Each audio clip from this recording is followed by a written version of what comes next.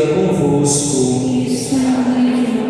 Proclamação do Evangelho de Jesus Cristo segundo Mateus. Glória a vós, Senhor. Naquele tempo, disse Jesus aos seus discípulos esta parábola: o reino dos céus é como a história do patrão que saiu de madrugada para contratar trabalhadores para a sua vinha. Combinou com os trabalhadores uma moeda de prata por dia e os mandou para a vinha. Às 9 horas da manhã, o patrão saiu de novo, viu outros que estavam na praça desocupados e lhes disse: ide também vós para a minha vinha, e eu vos pagarei o que for justo. E eles foram. O patrão saiu de novo ao meio-dia, e às 3 horas da tarde fez a mesma coisa. Saindo outra vez pelas 5 horas da tarde, encontrou outros que estavam na praça e lhes disse: por que estáis aí o dia inteiro desocupados? Eles responderam: porque ninguém nos contratou. O patrão lhes disse: ide vós também para a minha vinha. Quando chegou a tarde, o patrão disse ao administrador: chama os trabalhadores e paga-lhes uma diária a todos, começando pelos últimos até os primeiros. Vieram os que tinham sido contratados às 5 da tarde, e cada um recebeu uma moeda de prata. Em seguida vieram os que foram contratados primeiro, e pensavam que iam receber mais. Porém, cada um deles também recebeu uma moeda de prata. Ao receberem o pagamento, começaram a resmungar contra o patrão. Estes últimos trabalharam uma só hora, e tu os igualastes a nós, que suportamos o cansaço e o calor o dia inteiro. O patrão então disse a um deles: amigo, eu não fui injusto contigo. Não combinamos uma moeda de prata? Toma o que é teu e volta para casa.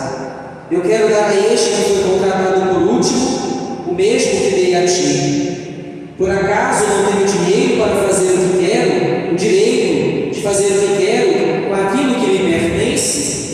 Ou estás com inveja, porque estou sendo bom? Assim, os últimos serão os primeiros, e os primeiros serão os últimos. Palavra da salvação. Glória a vós, Senhor. Caro povo de Deus, a liturgia de hoje nos chama a atenção para a nossa conversão, propriamente para o encontro pessoal com o Senhor. A leitura do Evangelho que hoje nos foi proclamado, o Senhor que passa diversas vezes ao longo do dia, usando a parábola em diversos horários, em busca de trabalhadores para a sua vinha.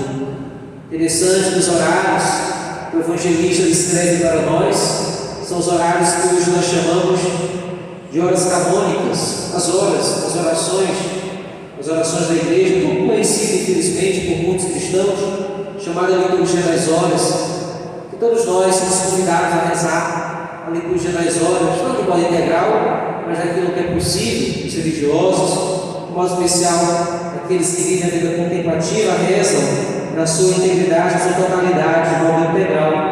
Mas o Senhor que passa ao amanhecer, às 9, ao meio-dia, às 3 da tarde, ao cair da tarde, mais uma vez, e no final do dia, vem ali para prestar contas com os seus trabalhadores, com aqueles que chamou para a vinha.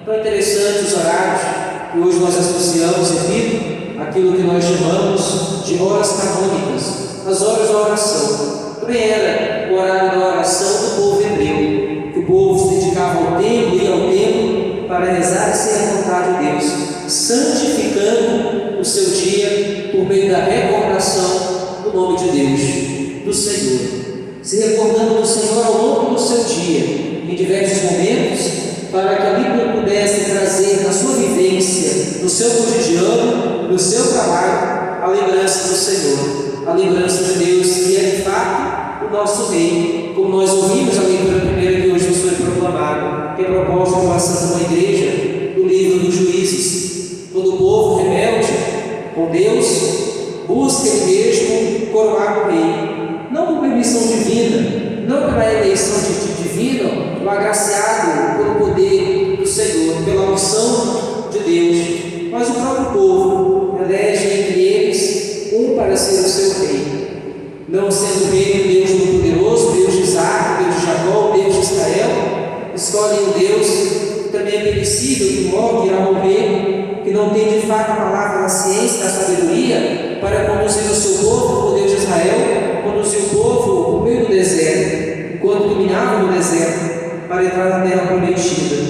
Então, usando também uma linguagem figurada, o autor sagrado do livro dos Juízes nos conta essa história das árvores, que escolhem para si, querem escolher para si também um rei. Mas as árvores que produziam frutos, que produziam, davam alimentos, seja o oliveiro, o azeite, a vinha, o vinho, a beleza da outra árvore, nenhuma delas aceitou reinar sobre as outras, porque elas tinham consciência, podemos assim dizer, usando uma linguagem da leitura primeira que hoje nos é proposta, todas elas tinham consciência de que o fruto que elas produziam não era algo próprio, mas era uma graça de Deus na sua vida, a graça do Senhor, uma graça que elas recebiam, um serviço que elas tinham para alimentar, para conduzir o povo de Deus na caminhada. Apenas aquele que aceitou foi o cacto, o espinheiro, que nada tinha para oferecer, sombra não fazia, e ainda roga uma praga quando não é aceito, que saiam fogo dos espinheiros e devorem todos os cedros do Líbano, ou seja, o sinal da onipotência, da beleza do Líbano, os cedros, as árvores grandiosas e portentosas que encantavam a todos.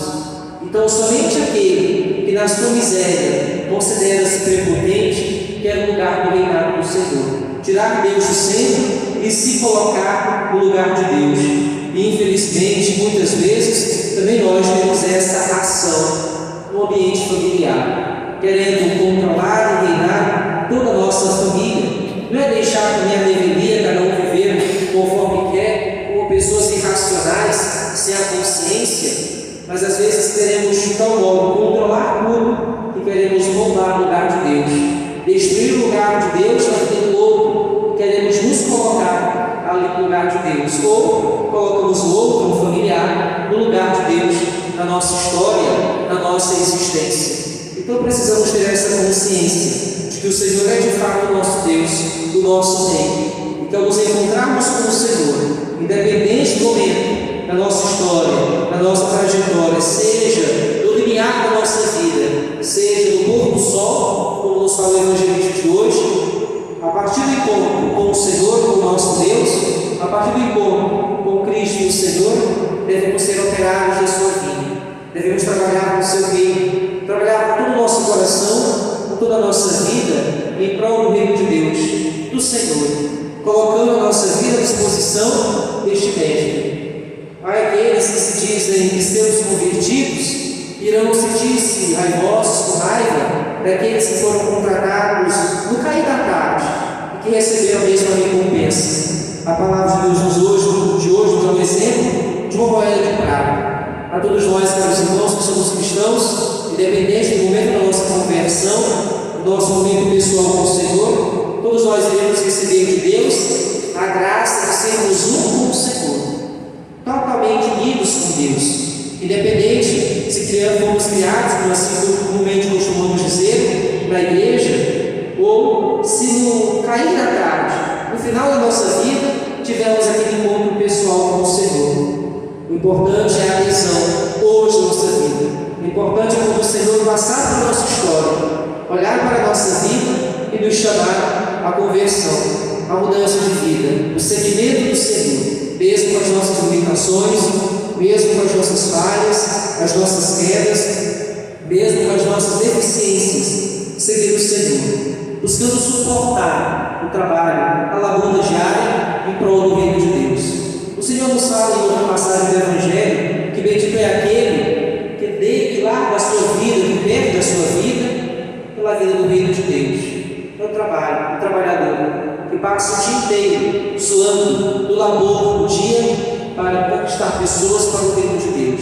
Possamos pedir ao Senhor que quando o Mestre vier ao nosso encontro, possamos estar disponíveis e a Ele seguidos. Quando o Senhor passar na nossa vida e vier ao nosso encontro, possamos dizer o nosso sim e possamos nos empenhar a cada dia para o encontro pessoal com o Senhor, para que possamos de fato viver na sua vida, trabalharmos, nos esforçarmos para a vinha do Senhor. Talvez a sua vinha, meu irmão, a minha vinha, a nossa vinha, o nosso labor, o nosso lugar de trabalho, seja a nossa família, que de fato é o lugar mais árido para a evangelização, mas que ali possa ser o nosso campo de evangelização, o nosso lugar de peregrinação, de sermos discípulos missionários.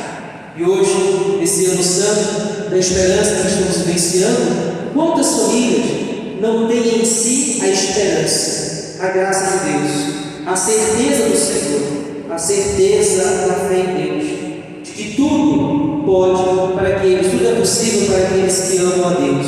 Tudo pode, o Senhor, incrivelmente, Ele mesmo nos fala no Evangelho de hoje. Por que te importas? Estás com inveja porque estou sendo bom? Então o Senhor é bondoso para com todos.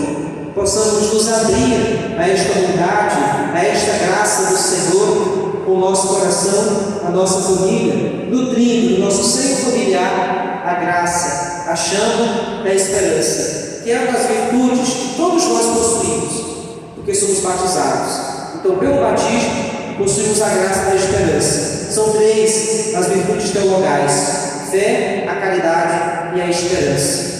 Então, todos nós que somos batizados temos essa virtude intrínseca no nosso coração. Nós chamamos de dons efusos, que estão no nosso coração, na nossa vida.